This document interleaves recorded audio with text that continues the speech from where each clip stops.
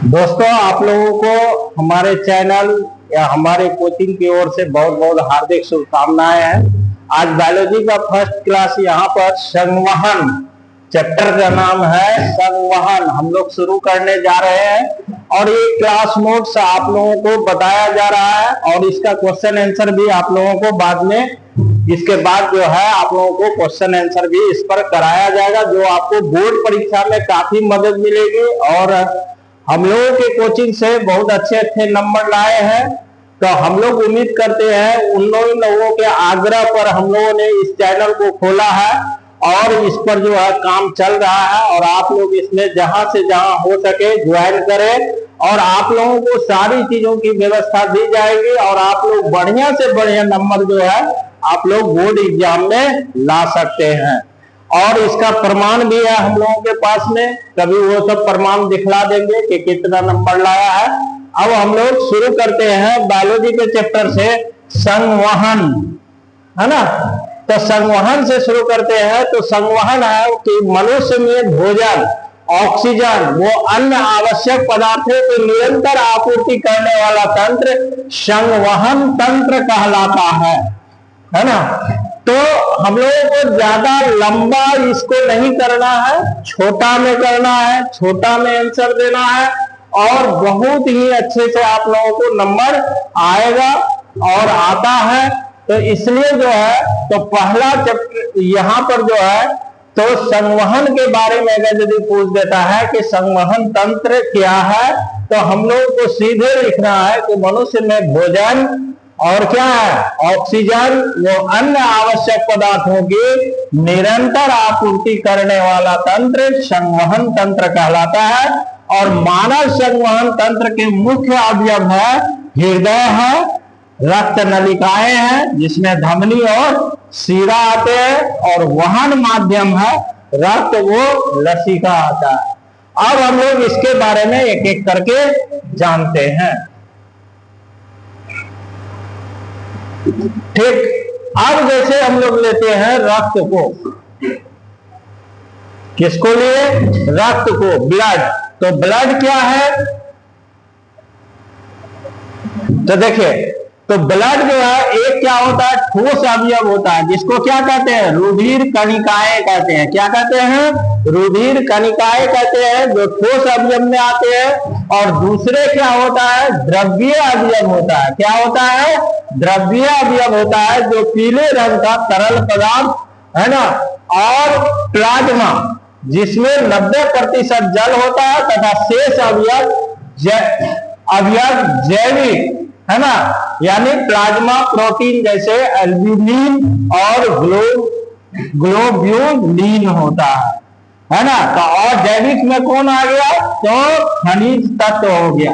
यानी कि इसका एक भाग कौन हो गया जैविक हो गया और दूसरा भाग क्या हो गया अजैविक हो गया, है ना।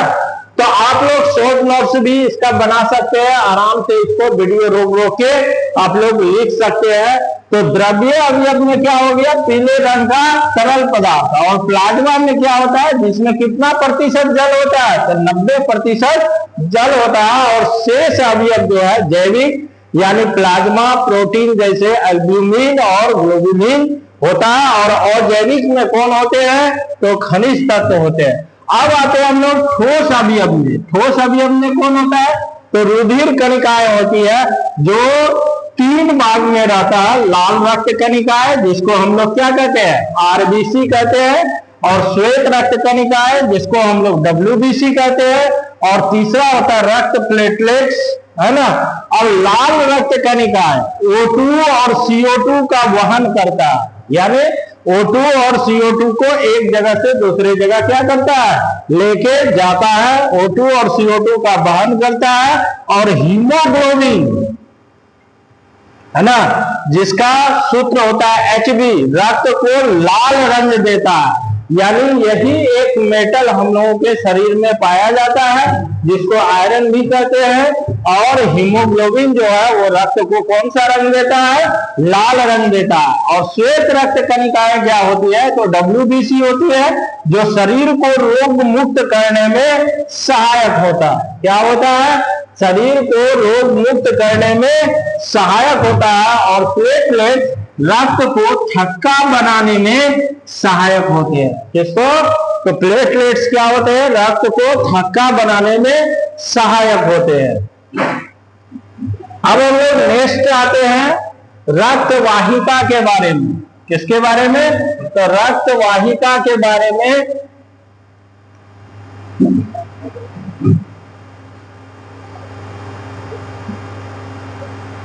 है ना? तो रक्त वाहिका एक क्या होता है? धमनी होता है, और दूसरा क्या होता है? शिरा होता है। एक धमनी होता है और एक शिरा होता है। धमनी क्या करता है कि ऑक्सीकृत रुधिर को हृदय से शरीर के विभिन्न अंगों तक लेके जाता है, यानी वैसा रक्त जिसमें क्या होता है? ऑक्सीजन की मात्रा होती है, यानी ऑक्सीजन से युक्त होता है, वैसे ब्लड को यानी ऑक्सीकृत रुधिर को हृदय से शरीर के विभिन्न अंगों तक ले जाती है। अपवाद में होता है वो फुफ्फुस धमनी होता है, जो प्योर ब्लड को लेके यानी ऑक्सीजनेटेड ब्लड को लेके नहीं जाता है। ये अपवाद है, और इसको कई बार पूछा गया है। इसको भी पूछा गया और इसको भी पूछा गया है, कई बार आपको बोर्ड परीक्षाओं में पूछे गए। उसके बाद है धमनी की भित्ति मोटी और अधिक लचीली होती है, वाल्व नहीं होते। इसमें क्या होते हैं? वाल्व नहीं होते हैं, और ये सतही नहीं होती है, ऊतकों के नीचे पाई जाती है, यानी डीप सीटेड होती है। हम लोगों को ये दिखाई नहीं देता है ना? तो ये कि कहां पाए जाते हैं? तो ये डीप सीटेड होते हैं और ये धसे हुए रहते हैं, है ना? और इसमें जो है वाल्व नहीं होता है ना? वाल्व नहीं होता। लेकिन शिराएं क्या करती है? तो शिराएं का काम है कि विभिन्न अंगों से अनाक्सीकृत रुधिर एकत्र करके वापस हृदय में, कहां पर? तो वापस हृदय में लाती है। अपवाद में है फुफ्फुस शिरा, ये जो है प्योर ब्लड को ढोने का काम करता है ना? ये जो है फुफ्फुस शिरा जो है प्योर ब्लड को ढोने का काम करता है। शिरा की भित्ति कम मोटी और कम लचीली होती है। आप अपने हैंड को देखेंगे तो ऊपर तरफ जो दिखाई पड़ रहा है ये क्या है? तो धमनी नहीं है, ये क्या है? तो शिरा है। और इसमें क्या होता है? वाल्व होता है, और शिरा की भित्ति कम मोटी और कम लचीली होती है, और इसमें क्या पाया जाता है? तो वाल्व पाया जाता है, और ये क्या होती है? सुपरफिशियल होता है, यानी सतही होता है। ये जो आपको दिखाई पड़ रहा है हैंड वाला, तो यही है। ये क्या है? शिरा है, इसलिए ये क्या होती है? सतही, और इसको क्या कहते हैं? सुपरफिशियल होती है। तो यहां तक आप लोगों को समझ में आ गया होगा। अब आगे हम लोग बढ़ते हैं।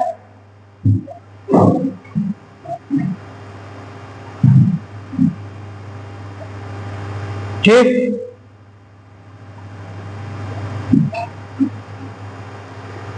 देखिए ब्लड का वहन जो है किस प्रकार से होता है।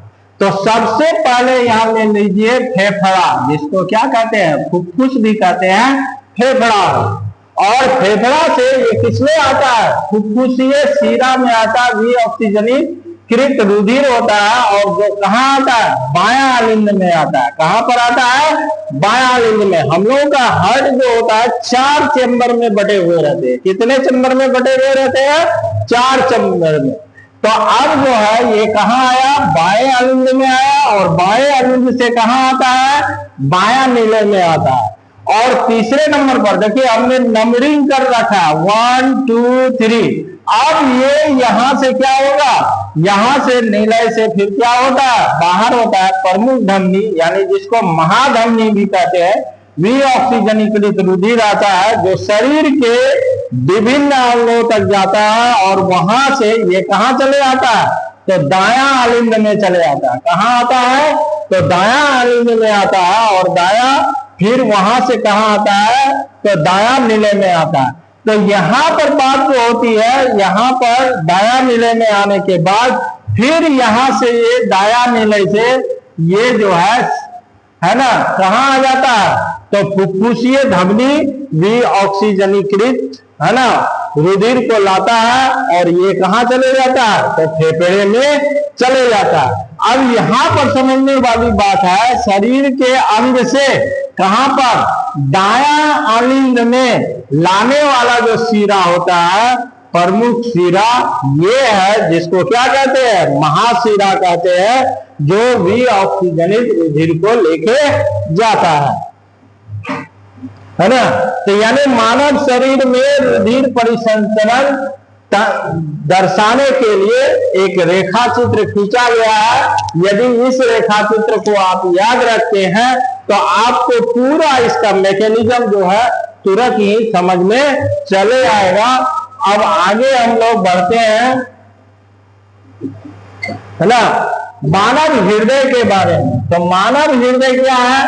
तो एक पंप की तरह क्या करता है? तो कार्य करता है ना। एक किसकी तरह कार्य करता है? तो एक पंप की तरह कार्य करता है। तो मानव हृदय एक पंप की तरह होता है और एक पंप के मशीन की तरह क्या करता है? कार्य करता है, जो सारे शरीर में रुधिर का परिसंचरण करता है। अब आता है पहला, तो आलिंद की अपेक्षा निलय की पेशीय भित्ति क्या होती है? मोटी होती है, क्योंकि निलय को पूरे शरीर में अधिक रक्तचाप से रुधिर या ब्लड भेजना होता है। इसका हल्का फुल्का स्ट्रक्चर लेते हैं मैकेनिज्म को समझने के लिए। तो देखिए,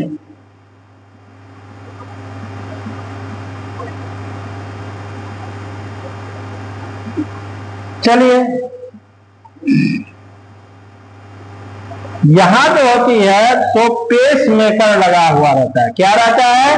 पेस मेकर होता है, और ये जो है वाल होता है, और ये जो है चेम्बर में बटा हुआ रहता है ना। तो ये पहला नंबर हो गया। तो ये क्या हो गया? आपका अलिंद हो गया, और ये क्या हो गया? निलय हो गया। इधर भी अलिंद और इधर भी निलय हो गया। अब पहले ब्लड आया, यहां पर आया, है ना। अब होता है क्या कि जब इसमें जो है, इस मैकेनिज्म में, जब ये जनरेटर है आपका क्या करने वाला? तो बिजली उत्पन्न करने वाला, ये जो है करंट को पास करता है। करंट जैसे पास किया तो त्यों ही जो है, ये जो है ऑटोमेटिक स्विच रहता है। समझिए, ऑटोमेटिक स्विच होता है। एक बार हुक हुआ, फिर क्या हो जाता है? फिर बंद हो जाता है, यानी ऑन ऑफ चलता रहता है। तो ये जो है आया, और ये क्या हो गया? फैल जाता है। फैलने से यहाँ पर वाल्व, जिस तरह साइकिल में रहता है वाल्व, उसी तरह से वाल्व लगा हुआ रहता है। साइकिल में क्या होता है? हम लोग हवा देते हैं, इधर से हवा गया, लेकिन उधर से निकलना नहीं होता है, हवा नहीं निकलता। उसी तरह ज्यों ही इसमें करंट आया तो ये क्या होता है? फैलना शुरू कर देता है, और ज्यों ही ये फैलता है तो यहाँ पर जो है ब्लड क्या हो जाता है? इकट्ठा हो जाता है, और ये स्विच क्या हो जाता है? फिर ऑटोमेटिक ऑफ होता है। तो ये सिकुड़न इसमें पैदा होता है, और ब्लड को ये क्या कर देता है? बाहर फेंक देता है। उसी तरह यहां से यहां आता है करंट। जब यहां करंट आता है तो ये वाला भाग क्या होता है? फैलना शुरू हो जाता है, और ज्यों ही इसमें ट्राइकैप्सिड वाल्व रहता है, यानी 3 गो वाल्व रहता है, और ये वाल्व जो है यहां पर आने के बाद ब्लड जो है फिर इसका ये ऑफ होता है स्विच, तो यहां से करंट हट जाता है। जो ही करंट हटता है तो ये जो है सिकुड़ना शुरू कर देता है, और यहां से ब्लड को क्या किया जाता है? तो सारे अंग में भेज दिया जाता है। तो इस प्रकार से ब्लड जो है ना, तो इसलिए इसकी भित्ति क्या होती है? तो मोटी होती है, पतली नहीं होकर क्या होती है? मोटी होती है। इसकी भी भित्ति क्या होती है? तो मोटी होती है।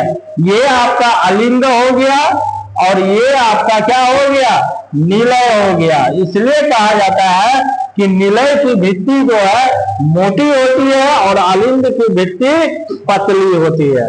अब यहां से क्या होता है कि अलिंद की अपेक्षा निलय की पेशीय भित्ति मोटी होती है। और आप लोग समझ गए होंगे क्यों मोटी होती है? क्योंकि निलय को पूरे शरीर में अधिक रक्तचाप से रुधिर जो है यानी ब्लड को भेजना होता है। उसी तरह हृदय में उपस्थित वाल्व रुधिर प्रवाह को उल्टी दिशा में रोकना सुनिश्चित करती है। तो अभी आप लोगों को बताएं कि यहाँ पर जो वाल्व होता है, जिस तरह हम लोग यहाँ से इसको भेजते हैं इधर और इसका बैक नहीं होता है, जिस तरह साइकिल में हम लोग हवा भरते हैं, मोटरसाइकिल में हवा भरते हैं, तो उसमें क्या लगा हुआ रहता है, वाल्व लगा रहता है। उसी तरह से हम लोगों का हृदय में क्या होता है, तो वाल्व लगा हुआ रहता है। तो यही पेस मेकर कभी कभी क्या हो जाता है, तो खराब हो जाता है। तो आर्टिफिशियल हम लोग क्या करते हैं, पेस मेकर को यहाँ पर लगाया जाता है। अब आता है तो हृदय में उपस्थित वाल्व का काम है रुधिर प्रवाह को उल्टी दिशा में, इसको याद रखेंगे, किस दिशा में, उल्टी दिशा में रोकना सुनिश्चित करती है। अब आता है आपका लसिका।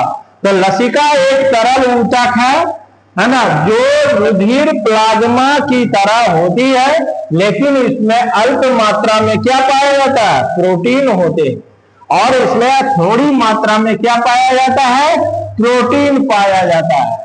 अब हम लोग आगे बढ़ते हैं, पादपों में परिवहन किस प्रकार से होता है।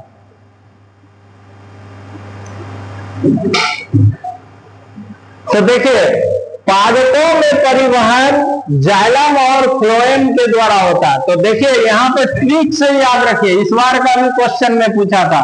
तो जाइलम जौ से क्या होता है, जल होता है, क्या होता है, जल होता है, यानी जल का परिवहन कौन करेगा, जाइलम करेगा। यानी कि मिट्टी से जल द्वारा जो है जल और खनिज लवणों का वहन कौन करता है, जाइलम करता है, जो कहां तक लेके जाती है, पत्तियों तक लेके जाती है, और पत्तियों में प्रकाश संश्लेषण की क्रिया होती है। तो चलिए पहले जानते हैं जाइलम के बारे में। तो पादप तंत्र का एक अवयव है जो मृदा से प्राप्त जल और खनिज लवणों को वहन करता है ना। और जबकि फ्लोएम पत्तियों द्वारा प्रकाश संश्लेषित उत्पादों को पौधों के अन्य भागों तक वहन करता है। तो फ्लोएम का काम क्या है, तो ये पत्ती से बना हुआ भोजन को पौधे के विभिन्न भागों में करता है। और जाइलम का काम क्या है, तो मृदा, मृदा मीन्स क्या होता है, तो मिट्टी होता है, क्या होता है, तो मिट्टी होता है, यानी मिट्टी से प्राप्त जल और खनिज लवणों का वहन करता है। और फ्लोएम पत्तियों द्वारा प्रकाश संश्लेषित उत्पादों को पौधे के अन्य भागों तक वहन करता है।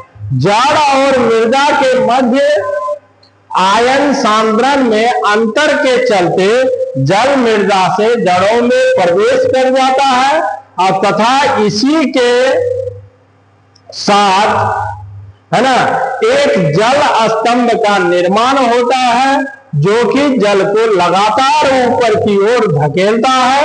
यही दाब जल को ऊंचे वृक्ष के विभिन्न भागों तक पहुंचाता है। तो हम लोग आगे देखते हैं, है ना। देखिए ये एक क्या है, पेड़ है, और यहां पर जो है वाटर है, जल प्लस क्या है, लवण है।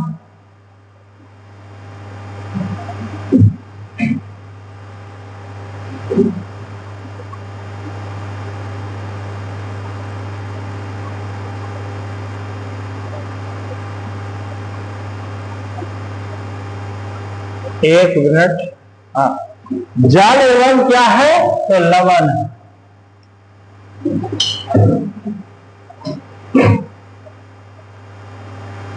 देखिए तो यहां पर क्या होता है कि यहां पर सूर्य का जैसे किरण पड़ा, तो इससे वेपोराइजेशन होना क्या हो जाता है, शुरू हो जाता है, यानी H2O का निकलना यहाँ पर क्या हो जाता है, शुरू हो जाता है। जिसके चलते क्या होता है कि यहाँ का प्रेशर कम होने के चलते इधर से जो है जल और खनिज लवण जो है जड़ के द्वारा जो है ऊपर चढ़ना शुरू होता है। और यहाँ पर पत्ती जो है भोजन बनाने का काम, यानी प्रकाश संश्लेषण के द्वारा भोजन बनाने का काम क्या कर देता है, शुरू कर देता है। भोजन करने के बाद अब क्या होता है कि H2O यहाँ से वातावरण में जाता है और O2 भी निकलता है, जितनी इसकी उपयोग होती है उतनी उपयोग करती है, उसके बाद रेस्ट को निकाल देती है। और यहाँ से जो है फ्लोएम जो है यहाँ से जो है बना हुआ भोजन को पेड़ के विभिन्न भागों तक क्या करता है, तो पहुंचाने का कार्य करता है ना। तो जाइलम क्या करता है, जौ से क्या देता है अभी, जल हो गया, यानी जल और लवण को जड़ों द्वारा कहां तक पहुंचाता है, पत्तियों तक पहुंचाता है। और फिर जो है बना बनाया हुआ भोजन को कहां पहुंचाता है, तो आपको पेड़ के विभिन्न भागों तक क्या करता है, तो पहुंचाता है। अब यहाँ पर होता है क्या कि आप लोग रेगिस्तानी पौधा जैसे किसको देखे होंगे, कैक्टस यानी नागफनी का पौधा को देखे होंगे, जो कहाँ रहता है, तो सैंड में उगता है, यानी बालू में उगता है। तो बालू में उगने के चलते क्या होता है, वहां पानी की डेफिशिएंसी होती है, यानी कमी होती है। कमी होने के चलते उसका जो पत्ती होता है वो स्पाइन में क्या हो जाता है, कन्वर्ट हो जाता है। और तना आप जो उसके पत्ती स्वरूप देखते हैं उसको किसको देखते हैं, तने को देखते हैं। और पत्ती जो है वो कांटा के रूप में बदल जाता है, यानी स्पाइन के रूप में बदल जाता है। इसका कारण ये होता है कि रेगिस्तान में क्या होता है, पानी की कमी होती है। अगर यदि उसके बड़े बड़े पत्ते होंगे तो उसमें फोटोसिंथेसिस की क्रिया बहुत ही तेज होगी, जिसके लिए उसको अधिक जल का आवश्यकता होगा। इसलिए उसकी पत्ती किसमें बदल जाती है, तो कांटों में बदल जाती है। और उसका जो है तना जो है वो पत्ती का रूप ले लेता है, जिसकी भित्ति क्या होती है, मोटी होती है, जिसके चलते इसमें प्रकाश संश्लेषण की क्रिया क्या होती है, कम होती है। और इससे जो है वेपोराइजेशन की क्रिया कम हो जाती है। इसलिए ऐसे टाइप के पौधे जो है कम पानी में भी अपना गुजारा अच्छे ढंग से कर लेते हैं, है ना। तो अब समझ में आ गई होगी कि हम लोगों के तरफ का वृक्ष जो यहाँ मिट्टी वाले वृक्ष है, जहाँ पानी का सोर्स ज्यादा है, वहां पर जो है फोटोसिंथेसिस की क्रिया तेज होती है। और रेगिस्तानी पौधे जो है अपना उसी अनुसार से रूप को मॉडिफाइड कर लेते हैं, पत्ती को स्पाइन में बदल देते हैं और अपने तने को किसमें, पत्ती के रूप में बदल देते हैं, जिससे कि फोटोसिंथेसिस की क्रिया कम हो जाती है। तो यहां तक आप लोगों को समझ में आ गया होगा। अब आगे हम लोग बढ़ते हैं। यही जल पादप के वायवीय भागों द्वारा वाष्प के रूप में वातावरण में विलीन हो जाता है। यह प्रक्रम क्या कहलाता है, तो वाष्पोत्सर्जन कहलाता है। यही प्रक्रम आपको क्या कहलाता है, तो वाष्पोत्सर्जन कहलाता है ना। तो यही जल जो है पादप के वायवीय भागों द्वारा वाष्प के रूप में वातावरण में, इसको याद रखिएगा, में विलीन हो जाता है। यह प्रक्रम आपको क्या कहलाता है, तो वाष्पोत्सर्जन कहलाता है। इस प्रक्रम द्वारा पौधों को भिन्न रूप से सहायता, निम्न रूप से सहायता मिलती है। इस प्रक्रम द्वारा पौधों को क्या मिलती है, तो निम्न रूप से सहायता मिलती है। तो क्या क्या सहायता मिलता है, तो जल के अवशोषण एवं जड़ से, जल के अवशोषण एवं जड़ से पत्तियों तक जल तथा विलय खनिज लवणों के ऊपरी मुखी गति में सहायक होता है। यानी नीचे से किधर चले जाता है, ऊपर की ओर चले जाता है, जो आगे वाला स्लाइड में आप लोगों को बताए थे, है ना। और यहाँ पर लिख भी दिया है, पौधों में ताप नियमन में भी सहायक है। और पौधों में किसमें, ताप नियमन में भी सहायक है। भोजन तथा दूसरे पदार्थों का स्थानांतरण तो किसमें, पौधों में, पौधों में इसको करने में इससे क्या होती है, सहायता मिलती है। और प्रकाश संश्लेषण के विलय उत्पादों का बाहर स्थानांतरण कहलाता है, जो कि फ्लोएम ऊतक द्वारा होता है। अब ये किसके द्वारा होता है, तो इसको इस पॉइंट को याद रखेंगे कि ये जो होता है फ्लोएम ऊतक के द्वारा होता है। स्थानांतरण पत्तियों से पौधों के शेष भागों में ऊपरी मुखी तथा अधोमुखी दोनों दिशाओं में होता है। ऊपरी मुखी और अधोमुखी दोनों दिशाओं में होता है। फ्लोएम द्वारा स्थानांतरण ऊर्जा के प्रयोग से पूरा होता है, अतः सुक्रोज, इसको याद रखेंगे, फ्लोएम ऊतक में एटीपी ऊर्जा से परासरण बल द्वारा स्थानांतरित होता है। तो कौन सा बल द्वारा होता है, तो परासरण बल द्वारा स्थानांतरित होता है। तो इसमें भी एटीपी नाम का क्या होता है, ऊर्जा होता है, इसलिए इसको ऊर्जा करेंसी भी हम लोग कहते हैं। क्या कहते हैं एटीपी को, ऊर्जा करेंसी के नाम से भी जानते हैं। बस आज का यहां तक था। आप लोगों को और भी वीडियो दिया जाएगा, आप लोग सब्सक्राइब कीजिए इस चैनल को, और हमारे कोचिंग में भी आप आ सकते हैं, एपेक्स गुरुकुल नाम से है। और आप लोग लाइन बाजार है ना, माधोपाड़ा में ये कोचिंग है, आप लोग आके अपना ज्वाइनिंग कर सकते हैं। लाइव और ऑनलाइन दोनों क्लास से क्या कर सकते हैं, वो लुत्फ उठा सकते हैं और बोर्ड में अच्छे से अच्छे नंबर से पास कर सकते हैं।